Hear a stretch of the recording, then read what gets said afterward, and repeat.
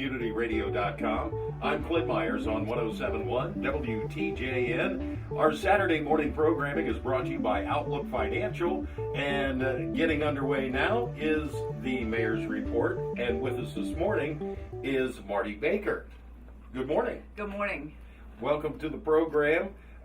You just had council this past week. What did council cover? Well, we had several items that were of importance. First up it wasn't a public hearing, but it gave public input, an opportunity on the Del Camp property rezoning issue. And that's out on Peters Road and is being handled by the Denlinger, 3Gen D Denlinger Group. They're looking to rezone that from county zoning to a city R4 residential district. And so they went briefly over, this is the fourth reading, so we've had this before council a number of times. They briefly went over some of the details on drainage and that type of thing that's been of interest to the neighbors. And so then there was a time for a few council questions.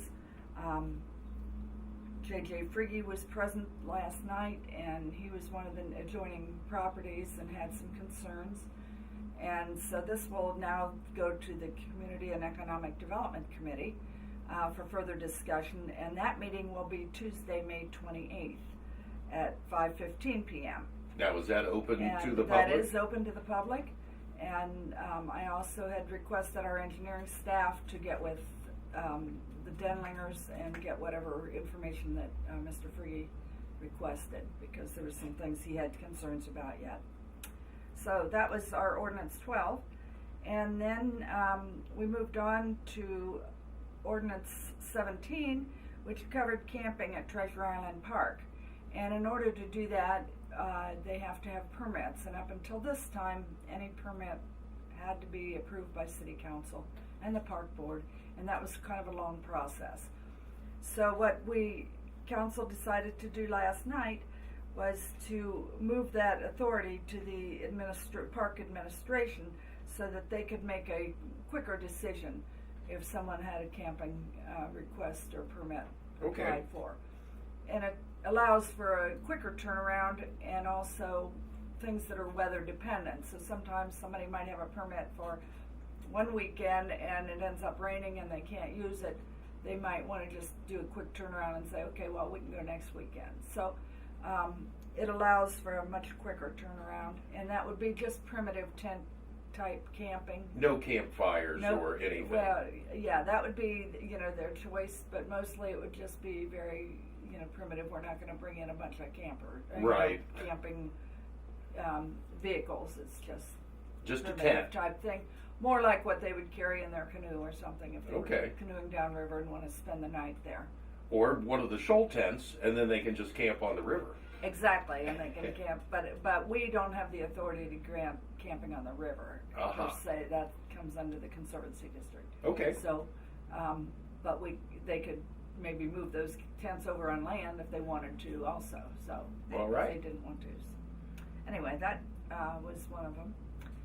And then we moved on and approved amending a salary ordinance for seasonal and part-time employees. And that passed without question. And we also amended the ordinance to allow a full-time new position of communication coordinator. And this person would act then as the public information officer for the city and issue things like press releases and handle all of our social media and that type of thing. And in this day and age, I think that is something that everyone has. Definitely, and it's definitely a growing need. Yes. In cities, and I think you'll start to see it across the country, really, if they haven't already got them. A lot of times your bigger departments already have public information officers. So. All right. Yeah. So that was kind of a quick overview of what we covered on our agenda last night. There was an opportunity for us to stop by the Miami Shores Golf Course last night prior to our meeting Now, it's not finished. The new clubhouse isn't finished yet, but it is you not got quite finished. the They've grand got a lot tour. of the right. They have a lot of the end of construction The check cleanup, off list, yes. cleanup and hanging things and that type of thing. They're still putting in nails and doing a few of those kinds of things, but for the most part, it's finished. They look to open the first part of June after the Strawberry Festival, probably. Okay. And it's looking great out there. They'll have the new Shoreline restaurant open for the golfers and also for the public, and so it's really, really a nice facility. It seems like it's been a quick turnaround on the building too. It at times it seems like it's been a while, but I mean it's going to be open in time for the summer and season. Right, and I'm sure to Kyler Boer and the folks out there why it's probably been a long haul, but overall they were open till the end of last season, and they were ready to.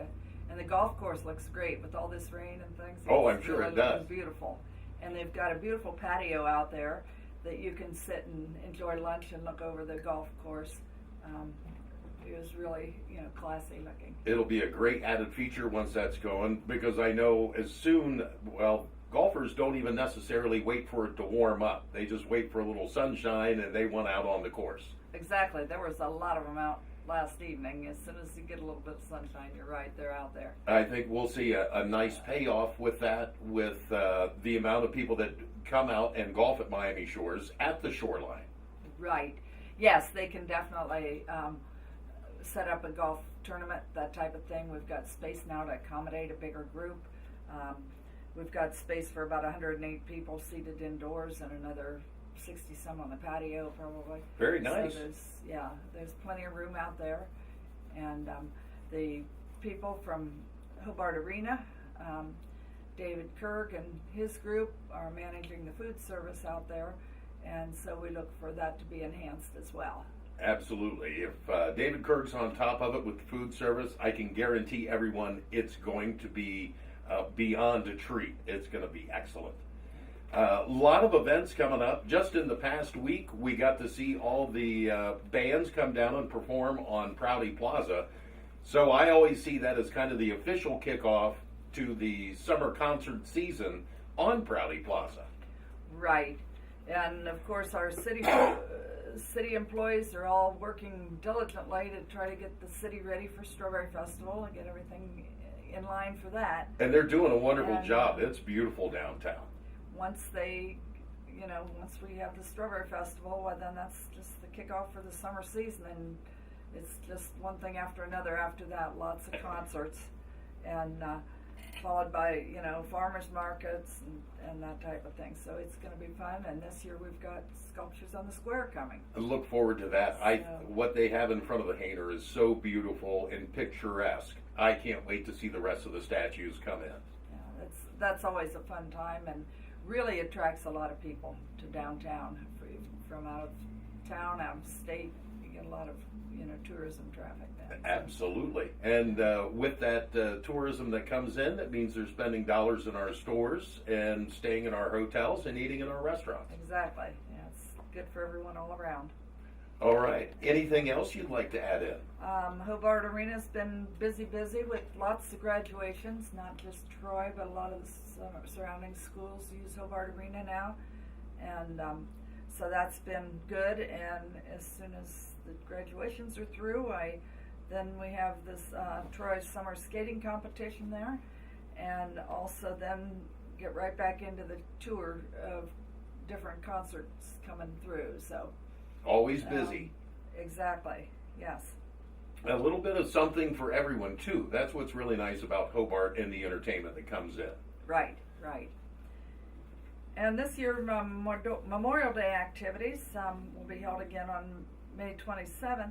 But they're going to start at noon this year, which is a slight change from past years. Start at noon on the Adams Street Bridge with putting the roses in the water for the sailors and things that have lost their lives, and then proceed over to Riverside Cemetery for their program. All right. So we appreciate the veterans doing that. It's Absolutely. They do that every year. Exactly. All right, Marty. Well, Thank you so much. Well, appreciate the opportunity to be here and fill in for the mayor who's traveling and Out and about. out and about, right?